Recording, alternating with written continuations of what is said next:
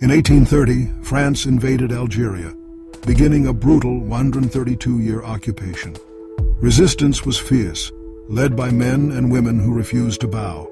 For some, their bravery cost them everything, including their very heads. From the first ships landing in Algiers, Algerians rose in resistance. Leaders like Sheikh Bouziane, Emir Abdelkader, and countless local heroes fought desperately. Captured fighters were often executed in brutal displays meant to terrorize the population.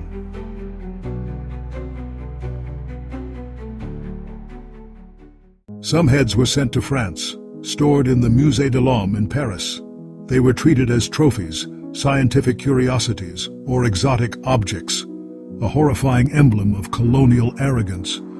For more than 170 years, these skulls sat on display or in storage, far from their homeland, far from dignity.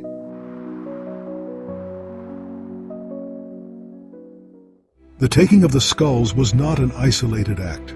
It was part of a larger system of dehumanization, mass killings, forced displacement, and cultural erasure. Every village burned, every family torn apart, a silent testimony that the skulls embodied. Anthropologists measured, catalogued, and photographed these heads. The French colonial elite used them to justify their so-called civilizing mission. This pseudoscience framed Algerians as inferior, a narrative that dehumanized a nation and erased their heroes.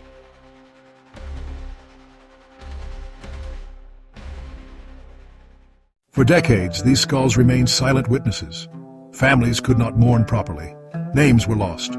Stories faded into archives. Yet, the memory of these heroes lived on in Algerian communities, whispered, sung, and passed down.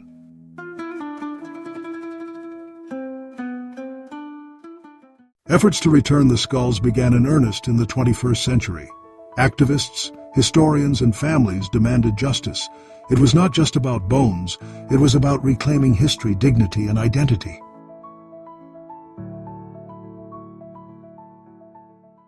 In 2020, after more than 170 years, 24 skulls were returned to Algeria. At long last, heroes were laid to rest in their homeland. This act cannot erase the past, but it honors those who resisted, suffered, and were silenced. The skulls are more than bones. They are the silent witnesses of a nation's resilience, and a reminder that history must never forget.